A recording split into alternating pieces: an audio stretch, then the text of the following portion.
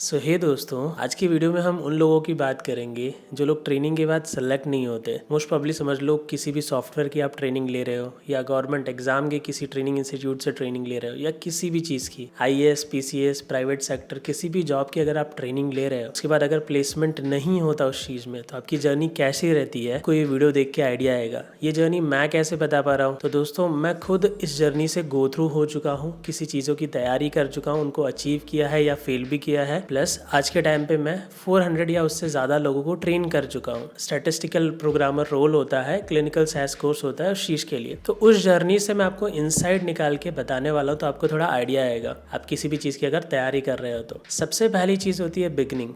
अब देखो, जो बिगनिंग होती है ना वो सबकी सेम होती है। लेट सपोज कि 20 लोग किसी चीज़ को सीख रहे हैं, क्लिनिकल साइंस कोर्स या किसी भी कोर्स के लिए एनरोल किया, उन सभी की बिगनिंग जर्नी एकदम मोटिवेटेड होगी, सेल्फ ओरिएंटेड भी होगी। क्योंकि आज के टाइम पे क्या होने लगा है कि हम सारी चीज़ें खुद ढूंढते हैं, ऑनलाइन सर्च करके, गूगल करके। तो हमारा थोड़ा सेल्फ मोटिवेशन हाई होता है इनिशियली। तो मान के चलते 20 में से 20 लोगों का मोटिवेशन, सारी चीज़ें स्टार्टिंग में सेम होंगी। उसके बाद आता है मिड फेज।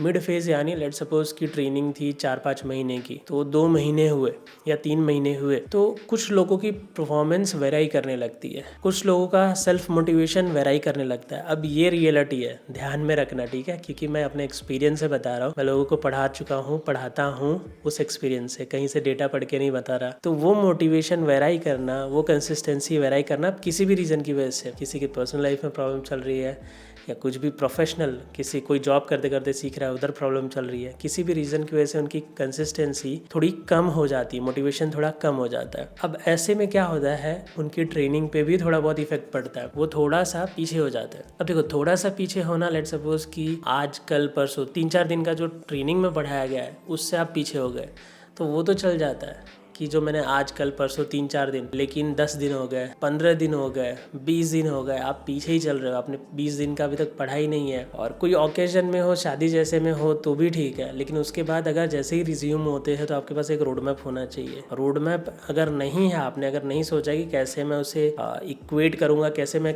उसे वापस मतलब उस ट्रैक पे आ जाऊंगा, तो फिर दिक्कत हो जाती है। नो डाउट आप कहीं पे भी आजकल पढ़ते हो, आपको रिकॉर्डिंग ये सारी चीज़ें मिल जाती है, बट फिर आप पीछे ही चलते जाते हो। तो किसी भी रीज़न, चलो मैं मान लिया कि यूजली कोई वैलिड रीज़न होगा तो भी, तो उसमें से क्या होता है कि लेट सपोज 20 लोग हैं ना, तो 20 लोग में से 10 लोग या 15 लोग तो उनकी कंसिस्टेंसी ब्रेक हो ही जाती है, उनका मोटिवेशन फ्लक्चुएट हो ही जाता है। ये मैंने देखा है। इस वीडियो से आपको रियलिटीज़ पता चलेंगी, क्या होता है एक स्टूडेंट के जर्नी के दौरान।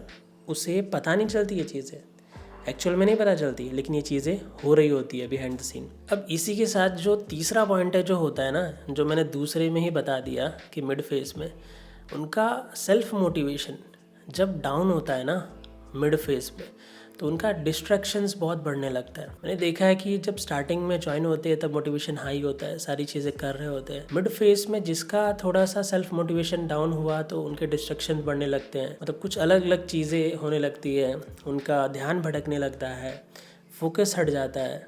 और कहीं ना कहीं ये आगे के फेज़, मिड के फेज़ के बाद वाले फेज़ में इम्पेक्ट करता है। मिड फेज़ में अगर कोई दिक्कतें आ रही हैं उसे वहीं रिजॉल्व कर लिया जाए कुछ हफ्तों के अंदर तो ठीक है, नहीं तो वो डिस्ट्रक्शन में कन्वर्ट हो जाता है। ठीक है, अगर आपको पता है कोई इशू है, वो चल रहा है, उसकी वजह से मुझे जो करना है उसमें प्रॉब्लम आ रही है, अगर आप उसको रिजॉल्व नहीं करते तो वो बढ़ता जाता है, फिर आप उस चीज़ों को इग्नोर करने लगते हो। अगर आप हाथ में नहीं लोगे कंट्रोल को, उसे इग्नोर छोड़ना पड़ेगा और आप डिस्ट्रैक्ट होते जाते हो। जिस भी चीज़ से डिस्ट्रैक्ट हो रहे हो, जहाँ पे भी अट्रैक्ट हो रहे हो कहीं और जगह, तो वहीं पे फ्लो होते जाते हो। जो करंट फ्लो होता है, आपने सोचा होता है ये मैं सीखूंगा, वहाँ से आप डिस्ट्रैक्ट हो जाते हो। अब एंडिंग फेज़ पे आते हैं, तो एंडिंग फेज़ में ऐसा होता है कि दोस्तों देखो, काफ़ी लोग कंप्लीट कर लेते हैं सक्सेसफुली। मान के चलते 20 में से 18 लोग तो कंप्लीट कर ही लेते हैं, 18 से 19 ट्रेनिंग को सक्सेसफुली। और 2 लोग ऐसे हो सकते हैं मान के चलते जो मैंने देखा है कि कंप्लीट नहीं कर पाते, तो वो रिकॉर्डिंग से ऐसा बोलते हैं कि सर हम थोड़े टाइम में कंप्लीट कर लेंगे रिकॉर्डिंग जो आपने प्रोवाइड की है सेशंस की, फिर हम वहाँ से कंटिन्यू कर लेंगे और आपको बता देंगे। ऐसी चीज़ें भी होती हैं, तो that's fine, there can be some reasons. मैंने पास्ट में देखा है वैलिड रीज़न की वजह से भी हुआ है और कुछ लोगों का इनवैलिड रीज़न की भी वजह से हुआ है। अब देखो, मुझे तो कोई, जो टीचर को होता है, कोई भी स्टूडेंट जो बताएगा तो वो टीचर तो वही सोचेगा, ट्रेनर तो वही सोचेगा कि वैलिड ही बताया होगा, उसे थोड़ी पता होगा। एज अ टीचर या ट्रेनर आप उन्हें जस्ट गाइड कर सकते हो कि हाँ ये चीज़ें हैं, अगर छोटा है तो इस तरीके से आप कर सकते हो, बाद में मुझे कॉल कर सकते हो, गाइडेंस ले सकते हो और टेस्ट भी बाद में दे सकते हो, कोई बात नहीं। अब समझो एंडिंग फेज भी ऑलमोस्ट सबका, मैं मान के चलता हूँ 20 में से 18-19 लोगों का सेम है, कंप्लीट कर दिया। ठीक है, कुछ लोगों का डिस्ट्रक्शन हुआ, कुछ लोगों का नहीं डिस्ट्रक्शन हुआ, बट सब ने कंप्लीट किया। अब बात आती है कि अप्लाइंग फॉर जॉब। अब देखो, एंडिंग होने के बाद आपका कोर्स, जो भी कोर्स सीख रहे हो उसको ख़त्म करने के बाद आप जॉब के लिए अप्लाई करोगे।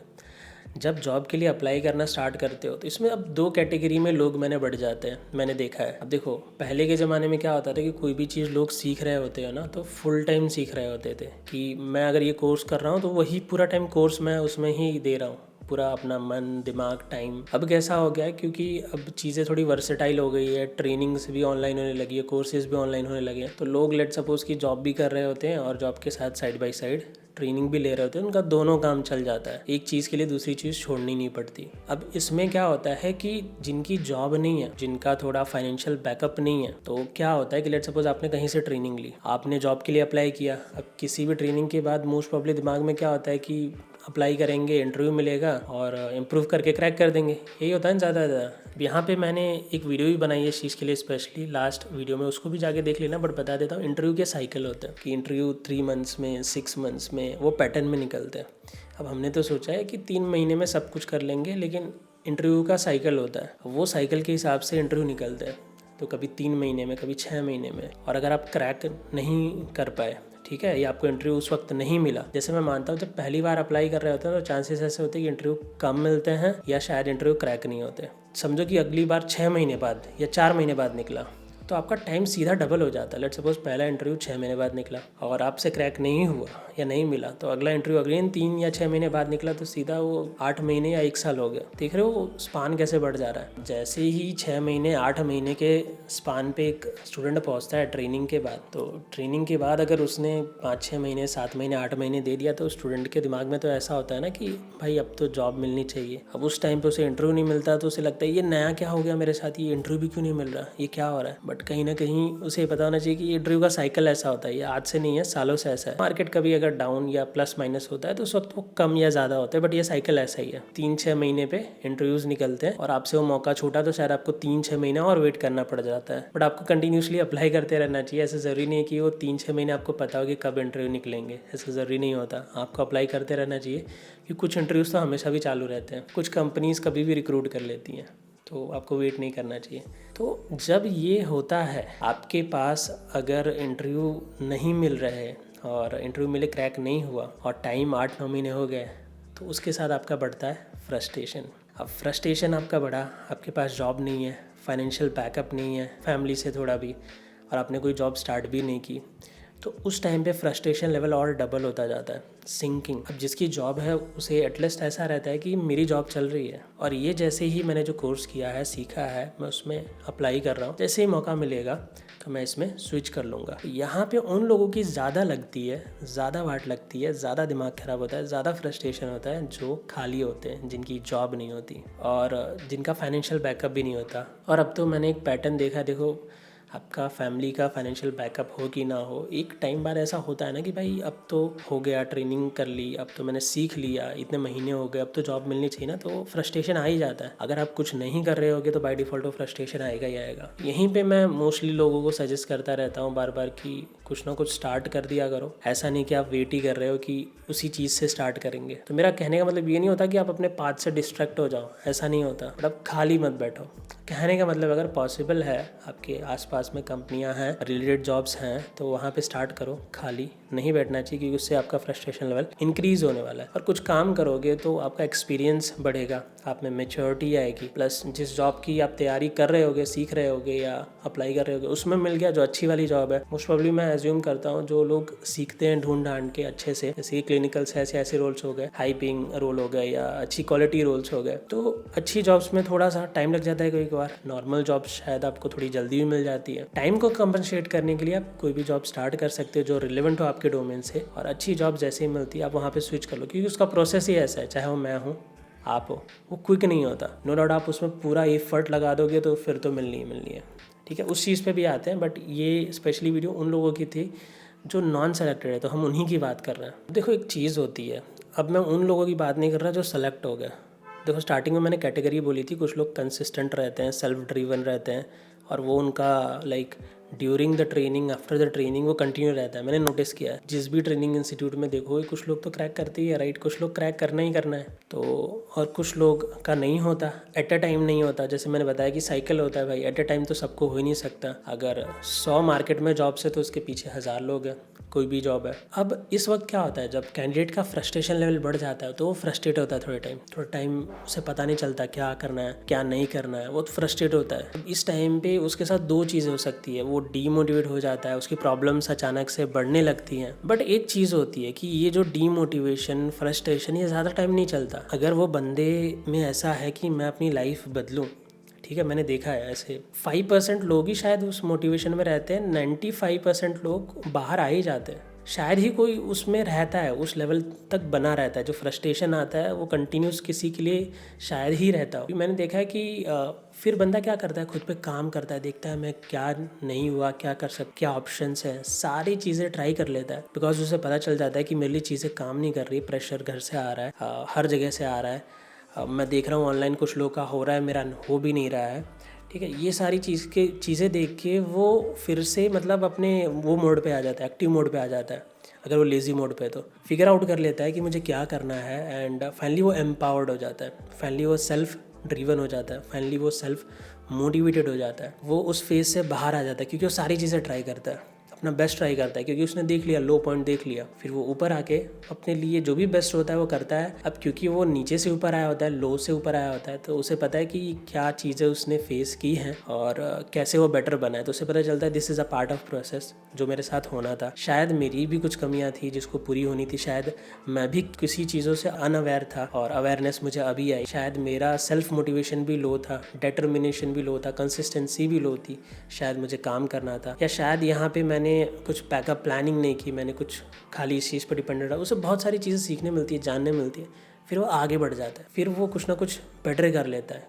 वो अपनी एनर्जी जो उसने लगाई होती है ना किसी चीज़ पे, वो वापस रिवाइव कर लेता है और वो कुछ ना कुछ बेटर लाइफ में कर लेता है। किसी की भी लाइफ रुकती नहीं है। इसी के साथ जो दूसरा हिस्सा होता है ना, व्हाट हैपेंड विद दो student who don't get selected after training, तो एक हिस्सा जो सेलेक्टेड होता है, हमने आज उसकी ज़्यादा बात ही नहीं की क्योंकि मुझे वो शो ही नहीं करना था। जो नॉन सेलेक्टेड है उसका शो करना था। तो उनके साथ ये प्रोसेस होता है और वो रुकते नहीं हैं, ठीक है। कोई भी कहीं रुकने वाला नहीं है, दुनिया ख़त्म नहीं होती। वो वापस सारी चीज़ें वो उनके लिए स्मूथ होने लगती हैं अनटिल अनलेस आप कुछ और बड़ा ना करने जाए। वो जब भी कुछ बड़ा करने जाओगे और आपने पहले कुछ नहीं ऐसा किया होगा, अपने आप को थोड़ा स्ट्रेस में, थोड़ा सा इन चीज़ों में बॉयल नहीं किया होगा, ग्राइंड नहीं किया होगा, पहले लाइफ कूल चल रही थी, मस्त चल रही थी, तो ये चीज़ें आपको ग्राइंड करके आपको कैपेबल बनाएंगी, खड़ा करेंगी, ठीक है। जो आप वाइब्रेट मारते थे ना, तो उसको ये आपको अपने आप बताएंगे कि भाई यहाँ पे तुझे ही खड़ा होना पड़ेगा, यहाँ पे तुझे लास्ट में करना ही पड़ेगा। तो सारी चीज़ें यहाँ पे बोलते हैं ना, एक सारे तारे आपके सेट होने लगते हैं आपकी मेहनत से, क्योंकि आप अपने आप में चेंजेस लाते जाते हो। And is always good, and हमेशा ब्यूटीफुल होता है, अच्छा होता है। उसमें जो आप चाहते हो वो अचीव करते हो, और अगर वो नहीं हुआ है अभी तक, आप जो चाह रहे हो नहीं हुआ है आपके साथ, तो वो अभी एंड नहीं है। The process is still going on. But process is still going on का एक ही चीज़ होता है कि खाली नहीं बैठना है। Always remember, don't sit idle. If you are doing something, you are going to get better. But if you are just sitting idly and thinking you are doing nothing, then nothing is going to happen by their own. If you want any change in your life, then you have to take some actions. You need to change your activities, and that is very important. You have to take control.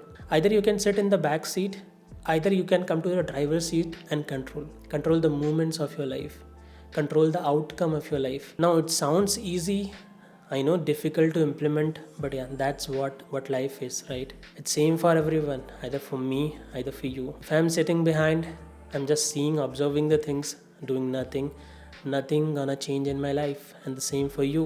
So again, best of luck for everyone.